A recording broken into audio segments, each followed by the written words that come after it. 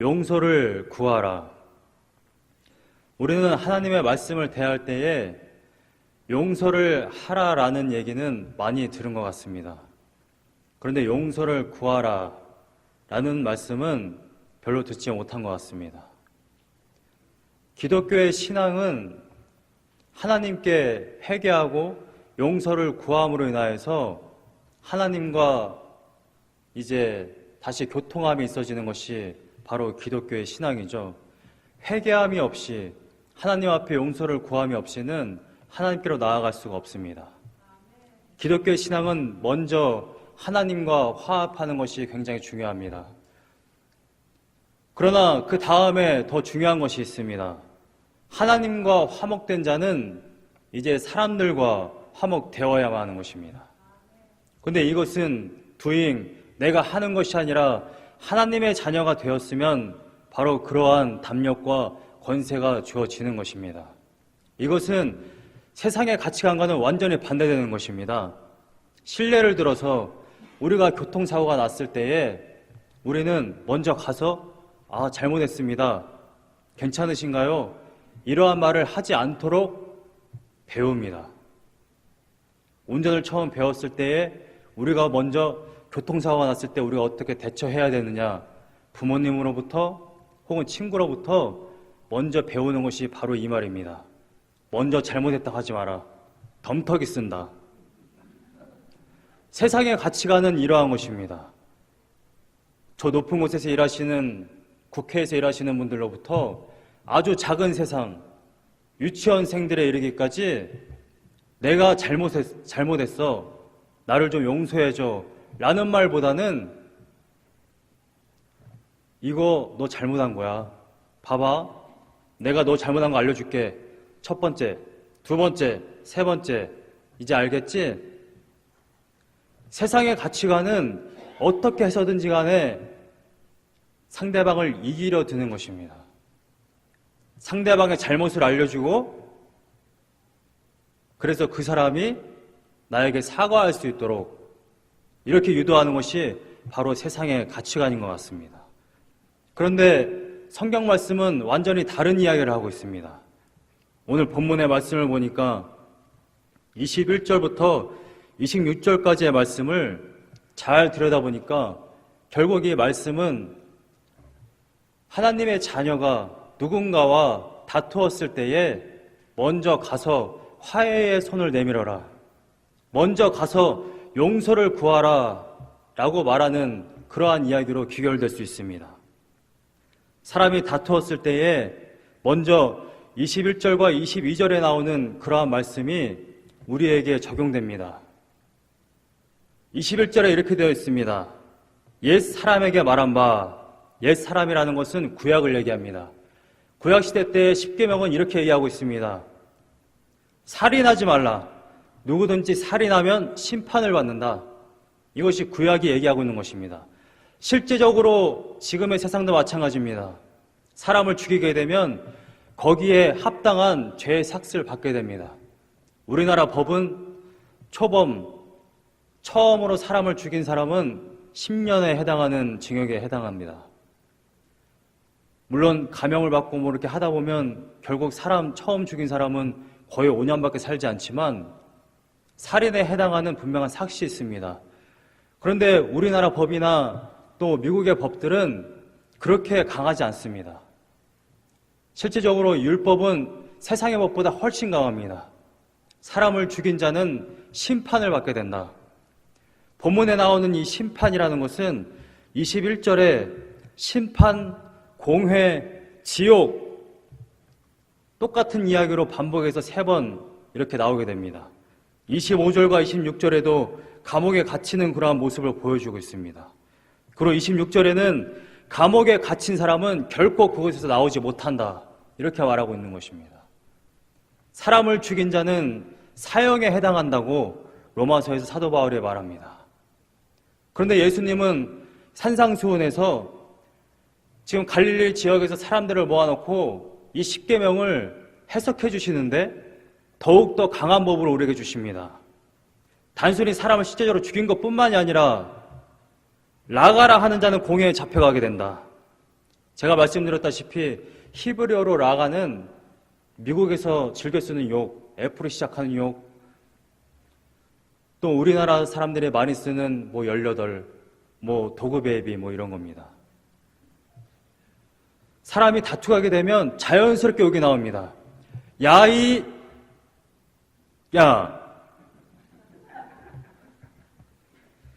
이어서 같은 이야기가 나옵니다. 미련한 놈이라 하는 자는 지옥불에 들어가게 된다.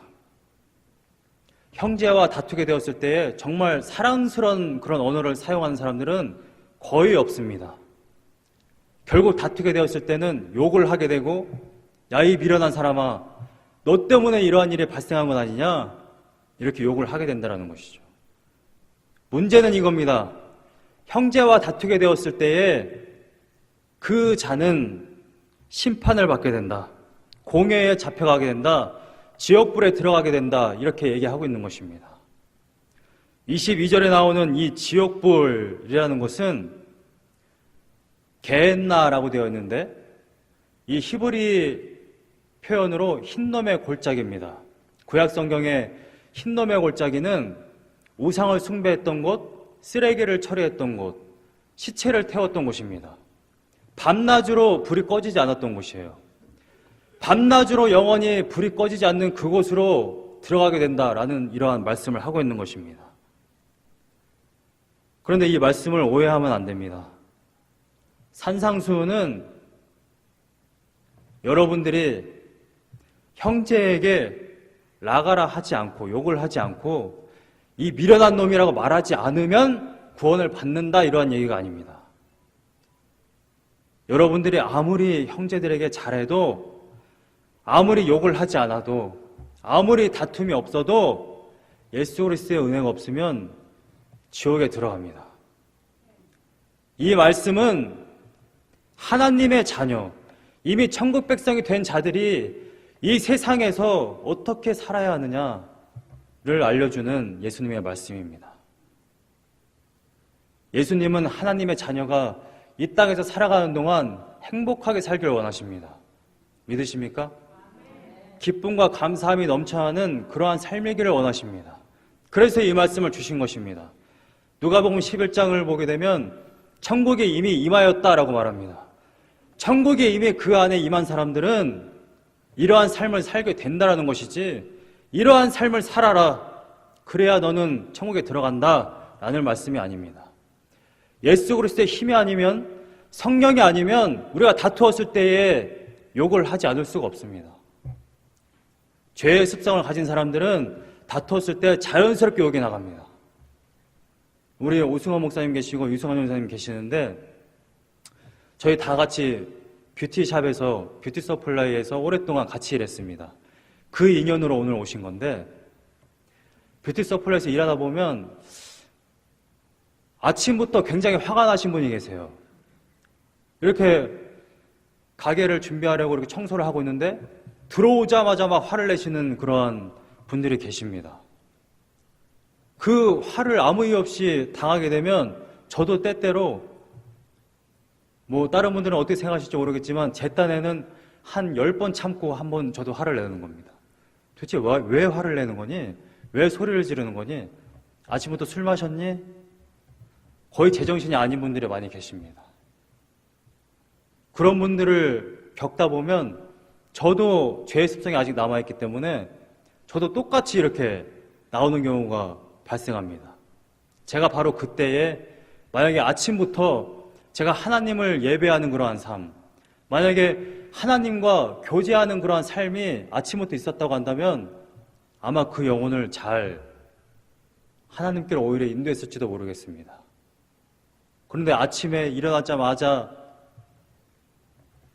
일하러 가기 바쁘다 보니까 하나님을 예배하고 내가 오늘 하나님과 함께 살아야지 하는 그러한 마음이 많이 부족했던 것 같습니다.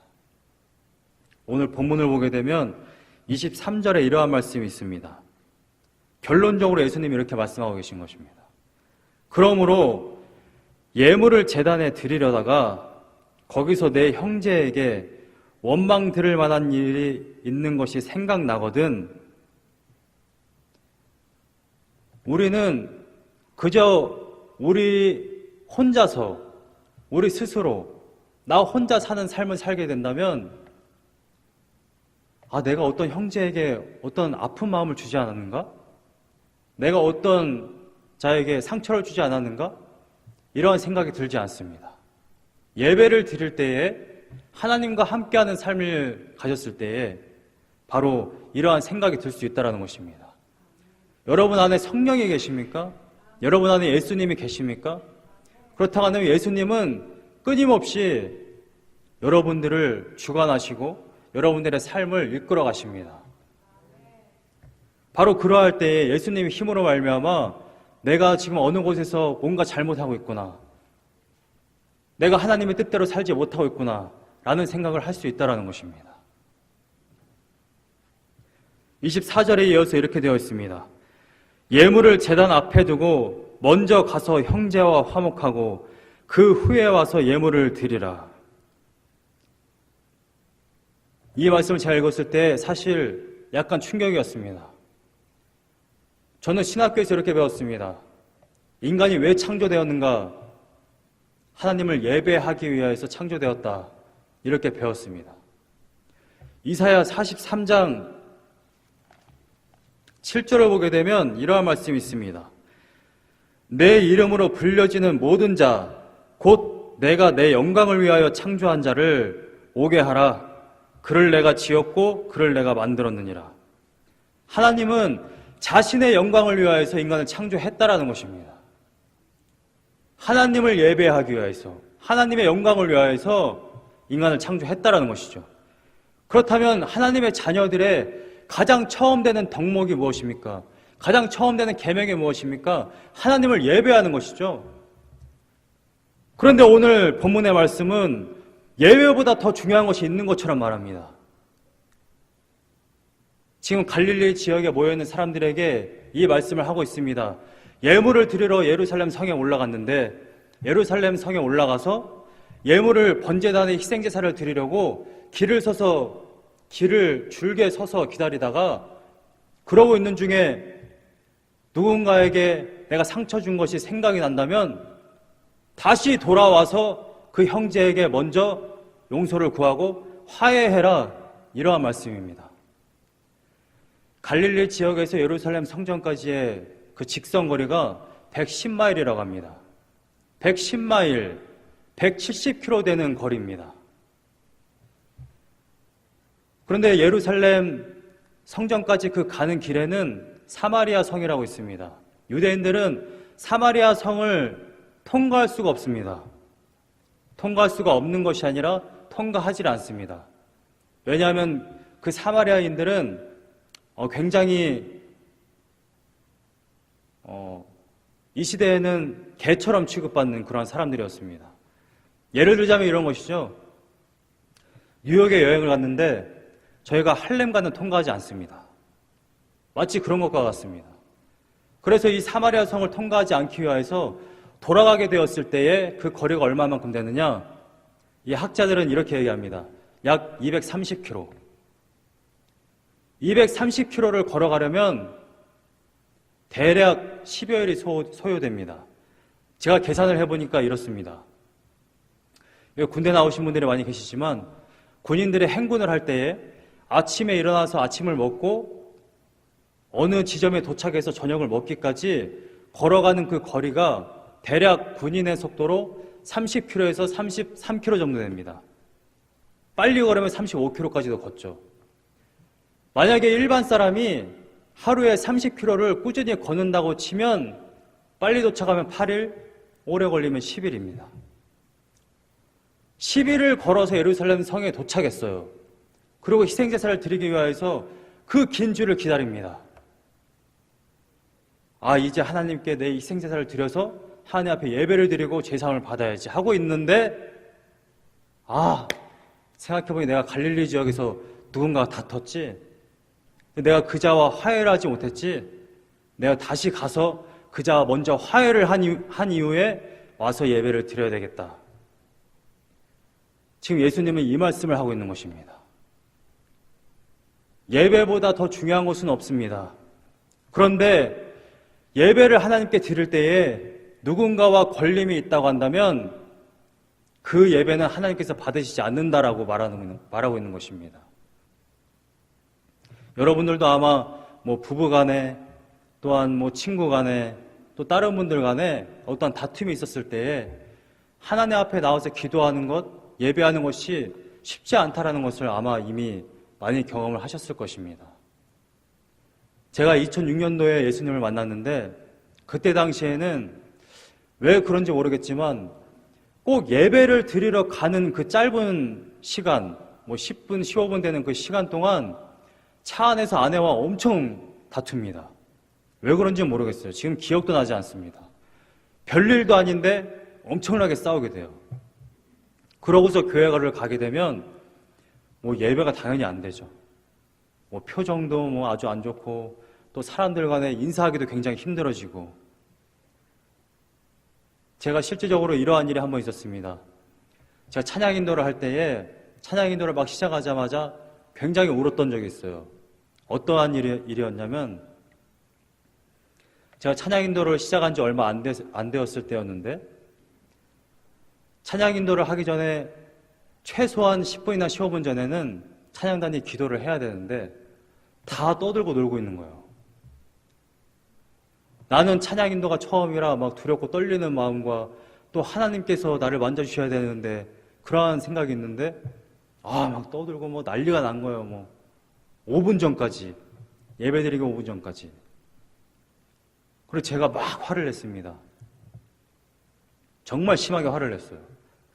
그때는 뭐 사촌 동생도 있었고 뭐 저희 누님도 피아노를 치고 있었고 지금 처형이 된 제 친구 처형도 피아노를 치고 있었는데 엄청 뭐라고 했습니다. 그러고 나서 마이크를 잡고 찬양을 하려고 하니까 눈물이 너무 나는 거예요. 야, 이게 내가 지금 하나님께 예배를 드린다라고 하지만 이게 지금 다른 영혼을 죽여놓고서 이게 지금 이렇게 하는 것이 맞나? 이런 생각을 굉장히 많이 했습니다. 그래서 예배가 끝난 이후에 사과를 하였는데 예배보다 정말 중요한 것이 한 영혼을 정말 그 한 영혼이 그 영혼 또한 하나님께 예배를 잘 드릴 수 있도록 우리가 정말 화해하고 또 혹 잘못했으면 용서를 구하는 것이 정말 바람직한 거라는 것을 그때 이미 알게 되었습니다.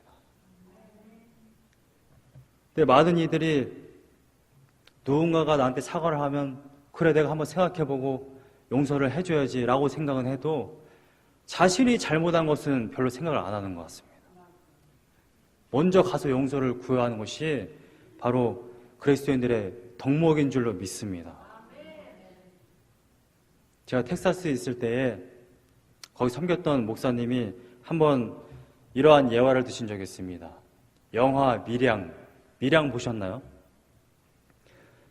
저도 밀양이라는 영화를 다운만 받아놓고 안 보고 있다가 나중에 와서 이제 봤는데 밀양이라는 영화의 원작은 1985년도인가요? 이청준이라는 사람이 쓴 벌레 이야기라는 책입니다. 제가 그 책을 언제 읽었냐면 침신대에 막 들어갔을 때에 어떤 교수님이 읽고 독후감을 제출하라고 해서 읽었는데 내용이 좀 충격적이었어요. 한 아이가 유괴를 당합니다. 그 책에는 아람이라는 아이인데 한 아이가 유괴를 당하였는데 결국 이제 시간이 지나서 이 유괴당한 아이가 죽임을 당합니다. 그리고 며칠이 지나서 살인자가 잡혀요. 그래서 감옥에 들어갑니다. 영화를 보게 되면 이 아이를 유괴해서 죽이기까지 한 이 범인이 누구냐면 이 아이를 유치원까지 왔다 갔다 옮겼던 그 드라이버입니다. 운전사. 유치원에 차를 운전했던 운전사입니다.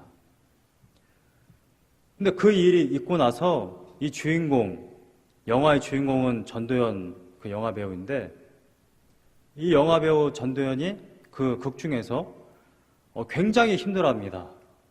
당연히 자신의 아이가 유괴를 당했고 또 죽임을 당했기 때문에 굉장히 아픈 세월을 보내겠죠.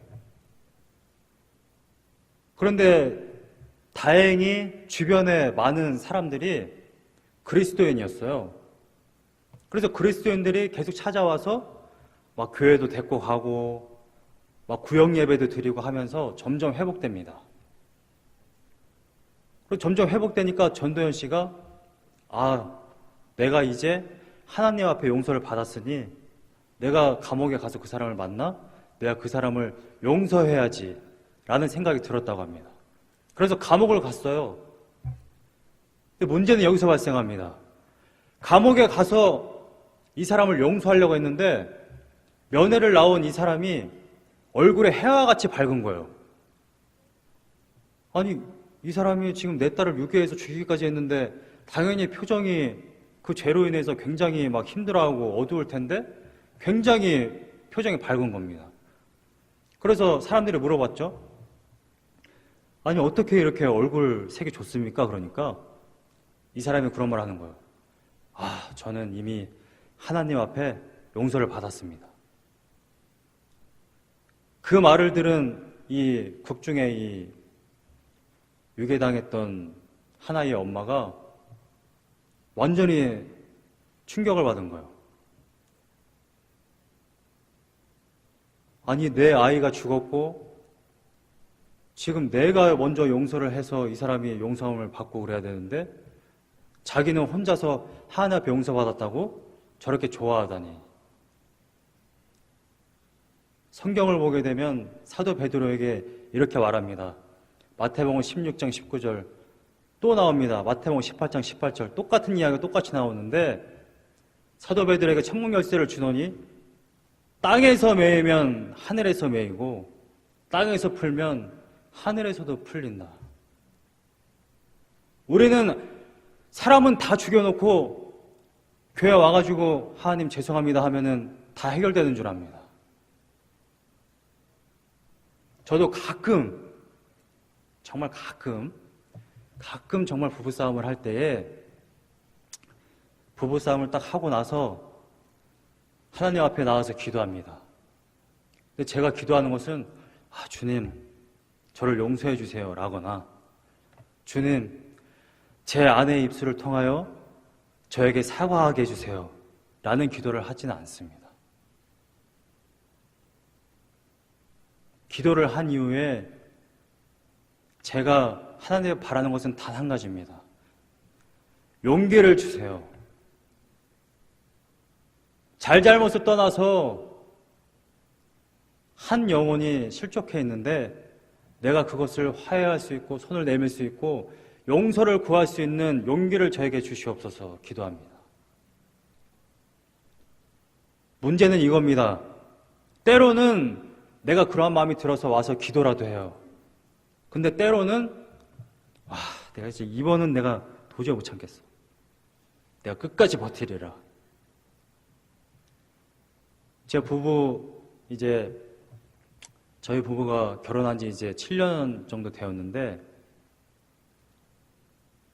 깨달은 것이 하나 있습니다. 먼저 사과하는 사람을 가만히 봤더니 먼저 사과하는 사람은 꼭 경건 생활이 좀 더 나아요. 조금 더 기도하고 조금 더 하나님과 함께 했던 사람이 먼저 사과의 손을 내밀더라는 것입니다. 이것이 하나님의 은혜가 아니면 이렇게 할 수가 없는 것이죠. 가정 간에도 마찬가지, 교회 안에서도 마찬가지, 회사에서도 마찬가지. 용서를 구하고 한 영혼이 정말 예수 그리스도가 정말 살아있구나. 정말 하나님이란 자가 있구나. 그래서 그리스도인들은 정말 이렇게 행동을 하는구나. 저희가 이미 지지난번에 이러한 말씀을 나눴습니다. 너희 착한 행실을 보고 16절에 너희 빛이 사람 앞에 비치게 하여 그들로 너희 착한 행실을 보고 하늘에 계신 너희 아버지께 영광을 돌리게 하라. 내 아버지가 욕을 먹고 안 먹고는 누구한테 달려있어요? 자녀에게 달려있는 것입니다.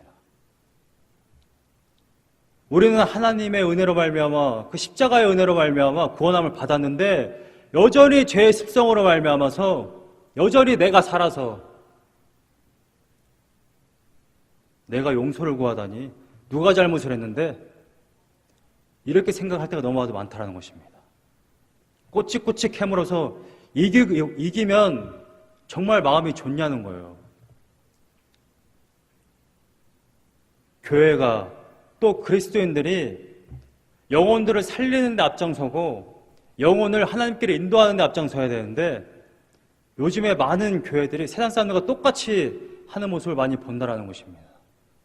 세상 사람들과 똑같이 교회가 영혼을 살려야 할 자들이 영혼을 죽이고 하나님께로 인도를 해야 될 자들이 하나님께 인도를 못하는, 사명을 감당하지 못하는 그러한 현재의 그러한 교회의 모습을 많이 보고 있습니다. 제가 간절히 바라기는 우리 교회는 이 세상에 얼마나 많은 교회가 있습니까?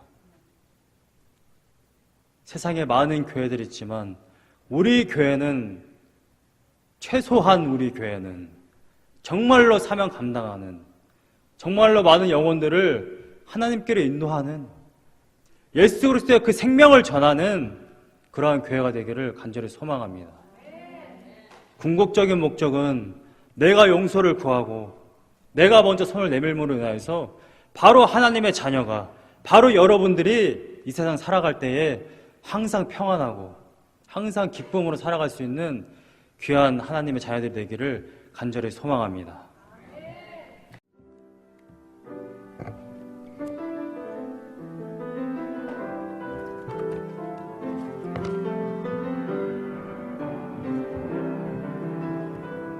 내 안에 사는 이, 내 안에 사는 이 예수 그리스도니 나의 죽음도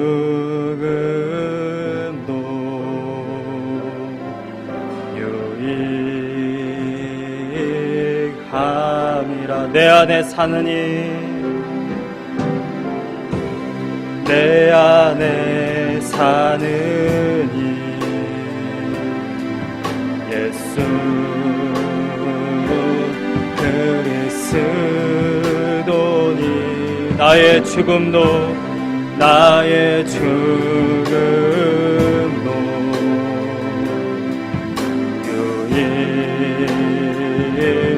유익함이라. 나의 왕 내 노래, 나의 왕 내 노래, 내 생명 또 내 기쁨, 나의 힘, 나의 검, 내 평화,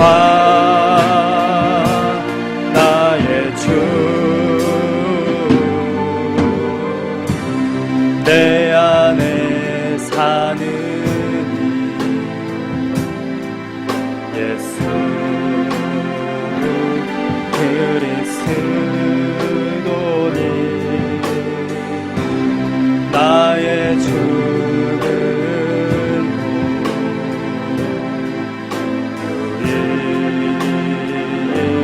유익함이라. 기도하기 전에 제가 먼저 제 자신을 포함해서 이 세상의 많은 목회자분을 대신해서 제가 여러분에게 용서를 구하겠습니다.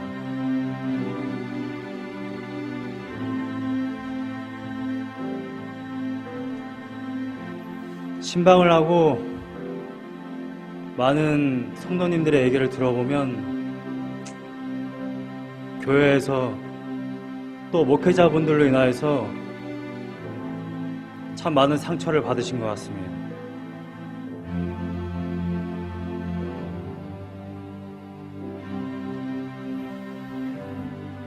물론 여전히 저도 부족하고 실수를 많이 하겠지만 제가 많은 목회자분들 대신해서 또 저를 포함해서 정말로 용서를 구합니다.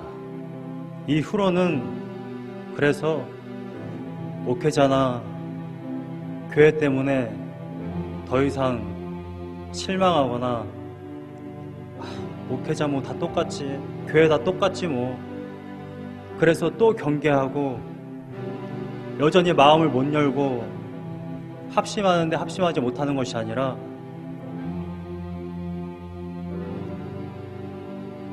저의 손 내미는 것, 제가 용서를 구하는 것을 받으시고 이후로는 마음을 여시고 우리가 목회자와 함께, 성도님들과 함께, 교회와 함께 믿음으로 전진하기만 하는 그런 성도들 되기를 원합니다. 우리 다 눈을 뜨시고요. 제가 사죄를 하오니 저의 용서를 받으시기 바랍니다.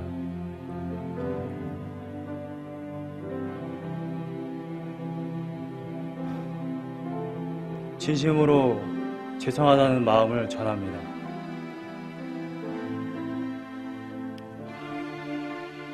이제 한 주간 살아가는 동안, 또 오늘 예배를 드리는 동안 혹시나 내 남편에게, 내 아내에게, 내 형제와 자매에게, 또 회사 동료에게 혹시나 나의 정말 작은 말실수 때문에, 작은 행동 때문에 아픔을 준 일이 생각나시거든 회개하시고 오늘 한 주간 동안 가족과 친지에게, 주변 분들에게 용서를 구하는 시간 갖기를 원합니다. 진심으로 하나님께서 여러분들의 마음을 만져주시기를 간절히 소망합니다. 이 시간에 기도하실 때에 이렇게 기도했으면 좋겠습니다. 정말 내 안에 살아계시는 그 예수 그리스도, 오직 예수 그리스도만 살아계시고 나는 죽고 나의 왕, 내 노래 되시는 그 하나님, 내가 예수 그리스도로 말미암아 나는 죽고 정말 예수 그리스도만 살아서 많은 이들에게 용서를 구하고 화해할 수 있고 그들에게 생명을 전할 수 있는 그러한 심령 되게 하여 주시옵소서. 우리 합심하여서 우리의 심령을 놓고 우리 함께 합심하여서 기도하겠습니다. 할렐루야. 사랑과 은혜가 많으신 주님, 하나님의 귀한 백성들을 예수 그리스도의 피로 말미암아 아버지여 죄 씻어주셨습니다. 우리 안에 누가 있습니까? 나의 왕, 내 노래, 바로 예수 그리스도가 살아계십니다. 주님 아버지여, 나의 심령을 아버지여 만져주시옵소서. 나의 입술 때문에, 나의 행동 때문에, 나의 작은 손짓 하나 때문에 얼마나 많은 영혼들이 아버지여 피눈물을 흘렸습니까? 아버지여, 내가 정말로 사람들 살리기 원하는데 내가 오히려 그 영혼을 죽였습니까? 주의 아버지, 나의 죄악들을 아버지여 통할하여 주시옵소서. 내가 이제는 그들에게 나아가 아버지여 용서의 손을 아버지 내밀고 오직 그들에게 용서를 구하는 하나님의 귀한 종 되게 하여 주시옵소서. 주님 하나님께서 나의 약함을 아십니다. 성령을 아버지여 맡아주시옵소서. 예수 그리스도의 힘을 아버지여 맡아주시옵소서. 나의 힘을 내지 않습니다. 내가 약한 종이요, 내가 얼마나 죄악도 없는 사는 종입니까? 주님 아버지여 맡아주시옵시고 나의 아버지여 축복되게 하여 주시옵소서. 나의 마음을 아버지여 축원하여 주시옵소서. 나의 눈을 아버지여 축원하여 주셔서 오직 하나님의 백성으로 말미암아 주님께로 아버지여 진짜만 하나님의 영되기 원합니다. 주님 아버지여, 나의 마음을 하셔주시옵소서. 내가 손내밀게 하여 주시옵소서. 주님께 아버지여 나아가는 영이 될 수 있도록 주님께 인도하여 주시옵소서. 아버지여, 나의 부족함을 아시는 주님, 아버지여 불쌍히 여기시옵시고 아버지여 우리들의 마음을 맞춰주시옵소서. 하나님의 은혜가 부릴 때 일어나게 하여 주시옵시고 오직 예수 그리스도의 마음에 충만할 수 있도록 주의 아버지 붙들어 주시옵소서. 나의 힘을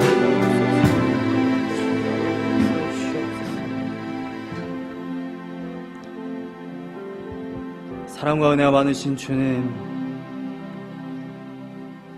예수님께서는 나의 죄 때문에 아무런 죄가 없으시고 하나님이신 그 분이 십자가에 달려 온갖 멸시와 핍박을 당하고 십자가에서 피 흘려 죽기까지 우리를 살리셨는데,